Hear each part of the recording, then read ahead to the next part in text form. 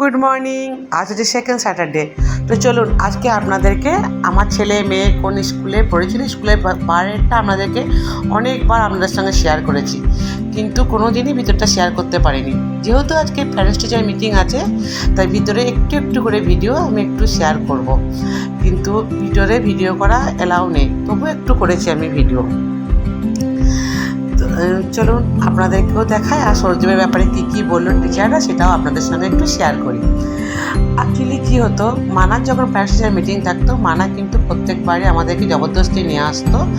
ওর বাবা ছুটি না পেলেও আমাকে নিয়ে আসতো, মাম্মি চলো জানবে আমি কেমন মেয়ে, আমি কেমন ব্যবহার রাখি স্কুলে, কেমন পড়াশোনা করি, কোনটাতে আমার কমি নেই, কোনটায় ভালো কোনটায় খারাপ, সবটা কিন্তু তোমাকে জানতে হবে।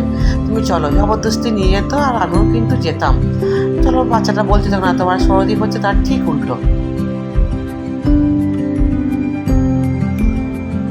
তো সব বাচ্চাদের সমান হবে সেটাও না। অ্যাকচুয়ালি কী হয়েছে, ছেলেটাকে বললাম তুই চল, তাহলে তো ক্লাসরুমগুলো খুঁজে আমাদের কষ্ট হবে না। এই জন্যই কষ্ট বলছি, কারণ প্লে নার্সারি থেকে 12 পর্যন্ত হচ্ছে স্কুলটা, আর একটা ক্লাসে হচ্ছে 11টা করে সেকশন, আর একটা সেকশনে 40 জন করে বাচ্চা পড়ে। তাহলে বুঝুন তো কতজন বাচ্চা হচ্ছে।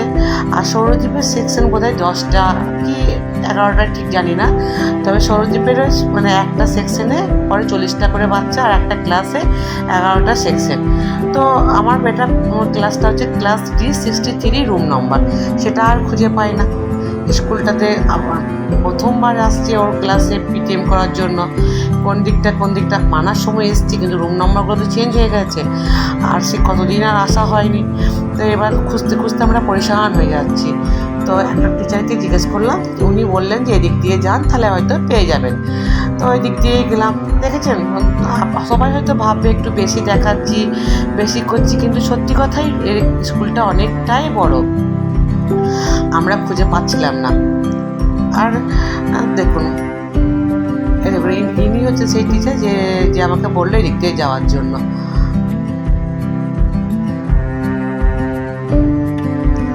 আমি এই জন্যে এতটা বড় বললাম, মানে আমি অশোকের দিক দিয়ে বলছি না, আমি আমার দিক দিয়ে বলছি। আমি সত্যিই দেখিনি, আমি এত বড় স্কুল আমি আমার চোখে কোনো দিনই দেখিনি, এই জন্য বারবার করে বললাম অনেকটা বড়। আর স্কুলটা আর বাচ্চারা পড়ে যে জায়গাটা, সেহেতু পড়ার তো কোনো অসুবিধা কিছু নেই।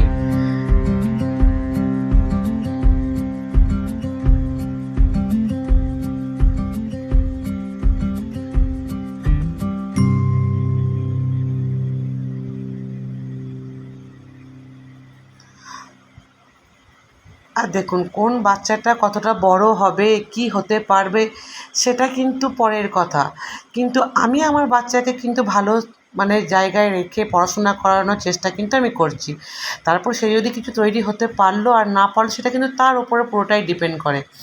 আর অনেকজনা কিন্তু আমাকে মানে আমার পিঠ পেছনে কিছু লোক কমেন্টস করে, মানে আমি যেগুলো জানতে হয়তো পারি যে বেশি দেখায়, বেশি করে, বেশি শো অফ করে, সেটা কিন্তু একদমই না। আমি কোনো কিছু শো অফ কিন্তু করি না।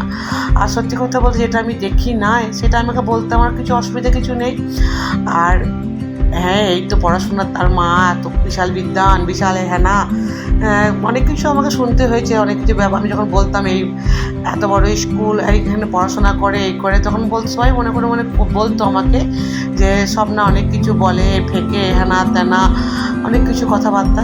কী আর বলবো, যার যেমন মানে বলা সে তো বলবেই।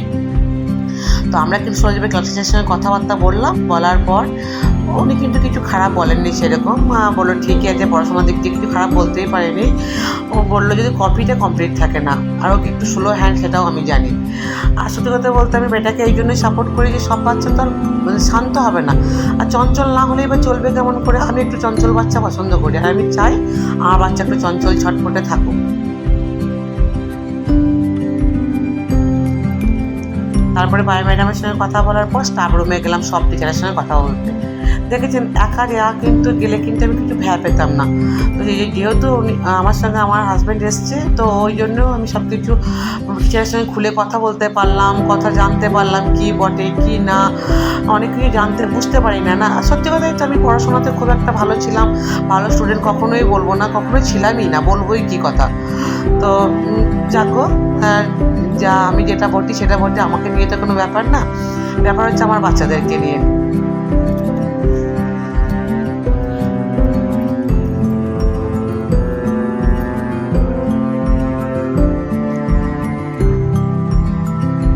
আর তাও তো স্কুলটা আমি কিন্তু পুরোটা ঘুরি নেমে আধা ঘুরলাম, কারণ আমার বরের হাতে টাইম ছিল না, তারপরে খাওয়া দাওয়া করেও ডিউটি যাবে।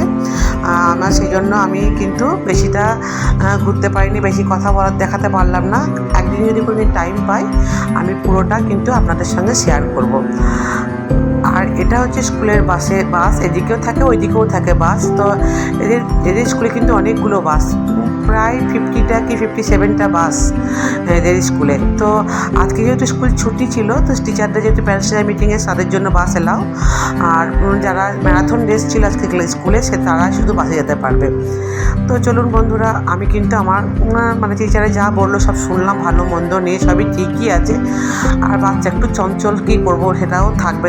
আমি কিন্তু পছন্দ করি আমার বাচ্চা চঞ্চল বাচ্চা হোক, কারোর ক্ষতি না করুক, কারোর খারাপ না করুক। বাকি কিছুটা চঞ্চলতা থাকবে, কিছুটা একটু বদমাশি করবে, কারোর একটু টিফিনটা খেয়ে নেবে, কারোর একটু জুতোর লেস বেঁধে দেওয়া, ওগুলোকে আমি বদমাশির মধ্যে ধরি না। তো আমি আমার ওপিনিয়নটা দিলাম। আমার বর কিন্তু প্রচণ্ডই রেগেছিল, কারণ এগুলো করাও একদমই পছন্দ করে না। ও চায় ওর বাচ্চা ওর মেয়ের মতন চুপচাপ থাকবে, শান্ত থাকবে, সবটার দিকে অ্যাক্টিভিটির দিক দিয়ে সব দিক দিয়ে আগে থাকবে। আমার ছেলে যা আছে তাই ঠিকই আছে। আমি কিন্তু এতে চরমই খুশি। আমি যা শুনলাম, যেটুকু শুনলাম আমার ভালো লেগেছে। তারপরে চলুন বন্ধুরা, যাচ্ছি, বাই।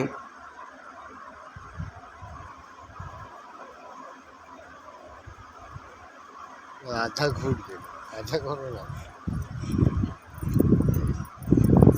আমি কোনো দিনই স্কুলটা পুরো ঘুরি না। আমার দুটো বাচ্চা পড়া হয়ে গেল স্কুলে, 2 বছর আমার সরদীপ পড়বে। তোমার সরকারে এলে আমি একা একদিন আসবো। হ্যাঁ, আমি একা একদিন আসবো, তোমাকে নিয়েই আসবো না আমি। শুনছি তো ম্যাডাম।